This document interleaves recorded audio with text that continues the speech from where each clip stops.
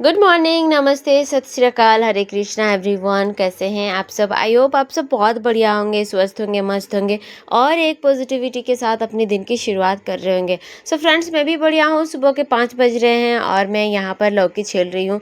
हमारा जो छिलने वाला था ना, वो पता नहीं किधर गुम हो गया। अब चाकू से मुझे छिलना पड़ रहा है, जिससे कि बहुत काफ़ी प्रॉब्लम्स हो रही है। लेकिन खैर, जो भी हो, काम तो करनी पड़ेगी। और आज मैं बनाने वाली हूँ चना दाल और लौकी की सब्ज़ी।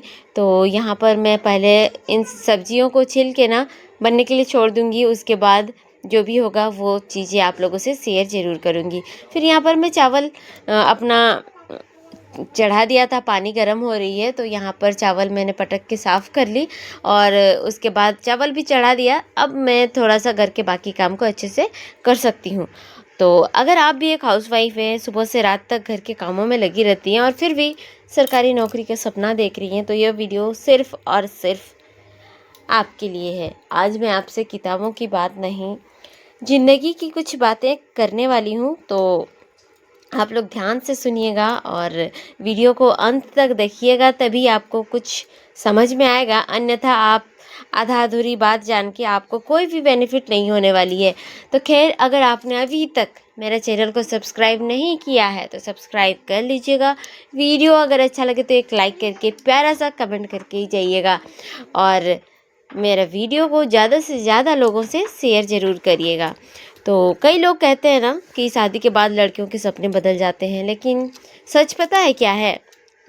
हमारे जो है सपने नहीं बदलते हैं, बल्कि जिम्मेदारी इतनी ज़्यादा बढ़ जाती है कि हमारे जो सपने हैं वो देखा कि देखा ही रह जाता है। सुबह आँख खुलते ही सबसे पहले अपना ख्याल नहीं आता है हमें, हमें पूरा परिवार का ख्याल आता है कि चाय बनानी है, अभी नाश्ता बनानी है, बच्चों को तैयार करना है, घर साफ़ करना है, खाना बनाना है। और जब तक ये सारी काम करते करते ना हम इतना ज़्यादा हमारा बॉडी थक जाता है कि अब थोड़ा सा अगर वक्त मिलता है तो उसमें लगता है कि थोड़ा सा रेस्ट कर लूँ। और जब भी फिर पढ़ने बैठती हूँ तो जम्हाई आने लगती है, नींद आने लगती है। सही में आप भी देखिएगा मेरे वीडियोज़ में, जब भी मैं पढ़ने बैठती हूँ जम्हाई आती है। ये नहीं कि मेरी रात को ही मैं पढ़ने बैठी हूँ, पढ़ने में दिन में भी बैठी रहती हूँ तो मेरा आ जाता है। बिकॉज़ आप सब देखते हैं इतनी ज़्यादा काम करने के बाद बॉडी एक्चुअली में थक जाता है ना? तो यहाँ पर मैंने खाना वगैरह मेरी बन रही थी और फिर मैं चली गई थी यहाँ पर पानी लेने के लिए। तो सुबह सुबह बाहर का मॉर्निंग व्यू इतना सुंदर लगता है कि आप कहा ही नहीं जाए, बहुत अच्छा लगता है। बट हम हाउसवाइफ्स के पास इतना समय कहाँ रहता है कि हम जाके कहीं आराम से बैठ के नज़ारे का आनंद ले सके। ठीक है, तो ऐसे में जब कोई पूछता है ना कि पढ़ाई कितनी हुई, तो अपना दिल को ही पता रहता है कि पढ़ने की इच्छा कितनी ज़्यादा थी, लेकिन समय कितना मिला है। ठीक है, बहुत बार ऐसा लगता है कि शायद अब बहुत देर हो चुकी है, शायद अब सरकारी नौकरी सिर्फ एक सपना ही रह जाएगी। लेकिन मैं आपसे एक बात कहना चाहती हूँ कि अगर सपना अभी भी जिंदा है तो देर कभी नहीं होती है। आपको करना चाहिए मेहनत। हो सकता है आपके पास रोज सिर्फ 2 घंटे ही हो, ठीक है, 4 घंटे, 5 घंटे, 10 घंटे नहीं हो। याद रखिए, सफलता उन लोगों को नहीं मिलती जिनके पास सबसे ज़्यादा समय होता है। सफलता उन्हें मिलती है जो अपने थोड़े से समय का भी सही इस्तेमाल करना जानते हैं, जो अपने वक्त को सही दिशा देना जानते हैं, जो अपने वक्त को बर्बाद करने के बजाय उसे यूटिलाइज करना जानते हैं। तो आप रोज़ 2 घंटे पूरा ईमानदारी से ही पढ़ लिए ना, तो वही 2 घंटे आपकी ज़िंदगी बदल सकती है। आप रोज़ अगर 2 घंटे पढ़ते हैं तो आप सोचिए 7 दिन में कितना पढ़ते हैं? 7 दिन में आप 14 घंटा पढ़ते हैं। क्या आप अगर 2 घंटे भी नहीं पढ़े तो 7 दिन में 14 घंटे पढ़ पाएंगे? नहीं पढ़ पाएंगे। तो इसीलिए आप सोचिए कि जितना मिल रहा है समय ना, आपको उसको पढ़ाई पे देना चाहिए। क्योंकि बहुत सी महिलाएं सोचती है कि जब सब काम खत्म होंगे तब पढ़ेंगे। आप जब भी मेरा घर आएंगे, मेरा घर फैला हुआ रहेगा, क्योंकि मैं अपना घर को ज़्यादा संवारने के बजाय मैं खुद के सेल्फ के लिए काम करती हूँ। मैं चाहती हूँ कि मैं पढ़ लिख के कुछ अच्छा करूँ। जब आप सही में कमाने लगेंगे, अच्छा खासा कमाई होगा, तो आप किसी को रख भी सकते हो कि आपका घर को वो अच्छा से समेट के रख दे।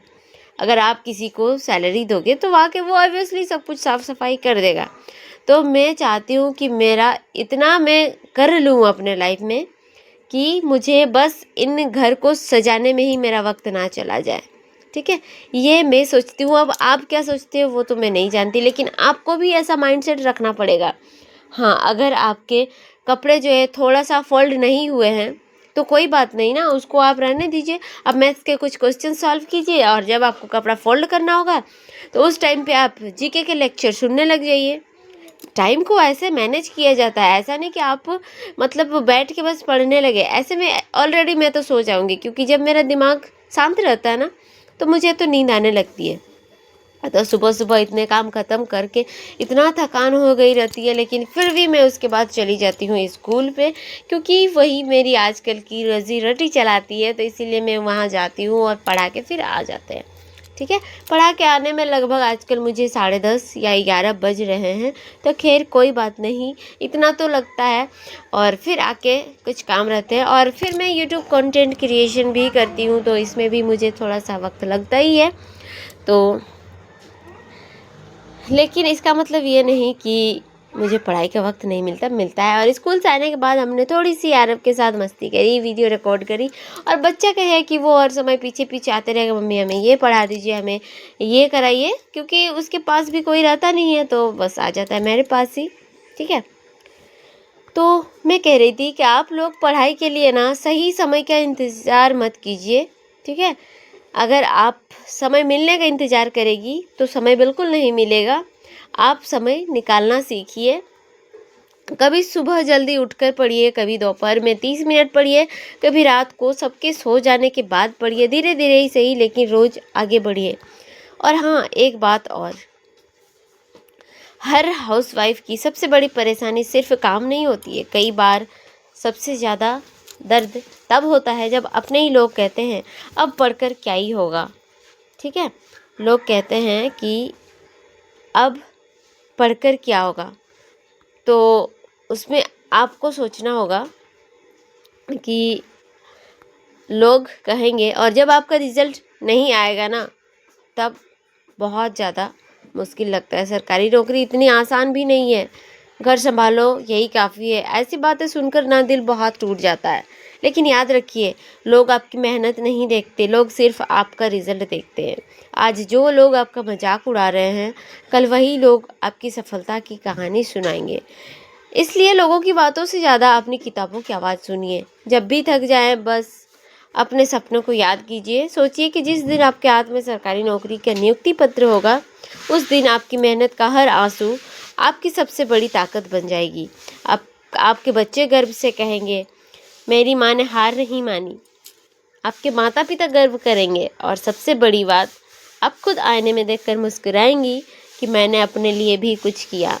सो फ्रेंड्स, सरकारी नौकरी सिर्फ एक सैलरी नहीं होती है, यह आत्मसम्मान होती है, यह आत्मनिर्भर बनने का रास्ता होता है, यह अपने सपनों के भविष्य को बेहतर करने का मौका होती है।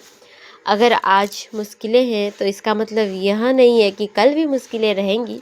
हर कठिन दिन आपको मजबूत बना रही है। याद रखिए, धीमी गति से चलना गलत नहीं है, गलत तब है जब हम चलना ही छोड़ दें। इसलिए अगर आज सिर्फ 10 पेज पढ़ पाए तो खुद को दोष मत दीजिए, कल 11 पेज पढ़ने की कोशिश कीजिए। अगर सिर्फ आज 20 सवाल हल किए तो कल 21 सवाल कीजिए। छोटे छोटे कदम ही बड़ी मंजिल तक पहुंचाते हैं। और एक बात हमेशा याद रखिए, दूसरों से अपनी तुलना कभी मत कीजिए।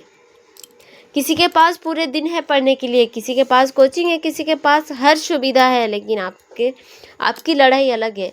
आप घर भी संभाल रही है, परिवार भी, और अपने सपनों को भी जिंदा रखे हुए हैं। यह छोटी बात नहीं है, इसलिए खुद पर गर्व कीजिए। अगर आज बहुत थक गई है तो थोड़ा आराम कर लीजिए, लेकिन अपने सपने से समझौता मत कीजिए, क्योंकि एक दिन यही सपना आपकी पहचान बनेगा। आज की मेहनत शायद किसी को दिखाई नहीं दे रही है, लेकिन ऊपर वाला हर कोशिश देख रहा है, और मेहनत कभी बेकार नहीं जाती। फ्रेंड्स, अगर आप भी एक ऐसी महिला है जो घर की सारी जिम्मेदारियां निभाते हुए सरकारी नौकरी की तैयारी कर रही है, तो मैं आपको दिल से सलाम करती हूँ। हार मत मानिए, धीरे चलिए, लेकिन रुकिए मत।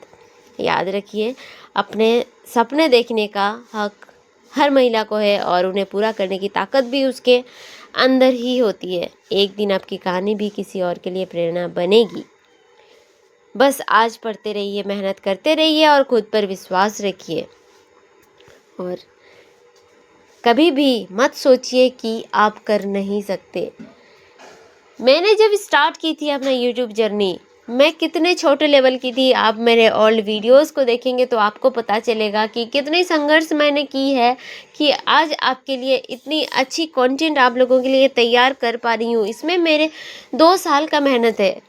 मैं 2 सालों से अपना 2 साल से ज़्यादा हो गया मैं कोशिश कर रही हूँ यूट्यूब में अपना पहचान बनाने की, लेकिन अब जाके कहीं 2.5-3 साल हो गए होंगे, तब जाके मैंने यहाँ पर आप लोगों के दिलों पे जगह बनाने में सफल हुई हूँ। ठीक है, आप लोग भी मेहनत करेंगे ना तो हर चीज़ में कभी ना कभी परफेक्ट बन ही जाएंगे। लेकिन मैंने कभी भी अपना प्रयास को छोड़ा नहीं, हमेशा से मेहनत करती रही, कभी इस फील्ड में कभी उस फील्ड में, लेकिन मैंने मेहनत जारी रखी। और अब मेरा एक ही फोकस है कि मुझे किसी भी हालत में 2-3 साल के अंदर नौकरी लेनी है। और अभी मेरे बच्चे छोटे हैं तो हो सकता है मुझे थोड़ा ज़्यादा मुश्किलें आ रही है, लेकिन एक दिन ये भी बड़े हो जाएंगे, मुझे भी बहुत ज़्यादा आसानी होगा करने में। और मुझे खुद पे विश्वास है कि मैं अच्छा कर लूँगी। भले ही अभी मेरे कम नंबर आ रहे हैं मॉक्स में, लेकिन कुछ दिनों के बाद, कुछ महीनों के बाद अच्छे आने लगेंगे। फिर मैंने 2 दिन मॉक लगाई थी तो एक में मेरे 74 मार्क्स आए और एक में 89 की कुछ मार्क्स आए हैं। तो खैर धीरे धीरे ही सब कुछ सही होगा। और पहला जब मैंने मॉक दिया था तो आप लोगों से शेयर की थी कि 50 मार्क्स थे। मुझे बहुत बुरा लगा था कि मैं किस पोजीशन में हूँ, लेकिन मैं हार नहीं मानूंगी। अब कोशिश करूँगी कि रोज़ एक मॉक लगाने के बाद उसको एनालाइज़ करूँगी। बहुत ज़्यादा आजकल पढ़ नहीं पा रही हूँ मैं, मॉक्स को लगा रही हूँ, उसको एनालाइज़ कर रही हूँ और बस अगर थोड़ा मिलता है तो जीके और वोकैब देख ले रही हूँ। ऐसे ही करके मेरे दिन ख़त्म हो रही है। और यहाँ पर फिर मैंने पानी वगैरह लाया। फिर आज शाम को कुछ भी नहीं खाना बनाई थी, सॉरी दाल और भात बनाई थी। तो बीच बीच में लाइट चल जा रही थी तो इसीलिए दाल बनाने में भी काफ़ी लेट हो गया। बच्चों को पढ़ाया क्योंकि उनका भी स्टडी बहुत ज़्यादा मायने रखती है और वो बहुत ज़्यादा ज़रूरी भी है। और फिर यहाँ पर दाल चावल बना के, और कुछ था नहीं, टमाटर 2 पड़े हुए थे तो टमाटर और एक आलू मिला के चटनी बनाई और बस उसे ही हम लोग खा के शांतिपूर्वक फिर सो गए थे। तो वीडियो कैसा लगा कमेंट में बताइएगा। और अगर थोड़ी भी वीडियो आपके लिए हेल्पफुल लगी होगी तो प्लीज़ इसे ज़्यादा से ज़्यादा शेयर कर दीजिएगा और चैनल को सब्सक्राइब करके वीडियो को लाइक करके ही जाइएगा। तो मिलते हैं आपसे नेक्स्ट वीडियो में, तब तक के लिए अपना ख्याल रखें, अपना परिवार का ख्याल रखें, पॉजिटिव रहे और आगे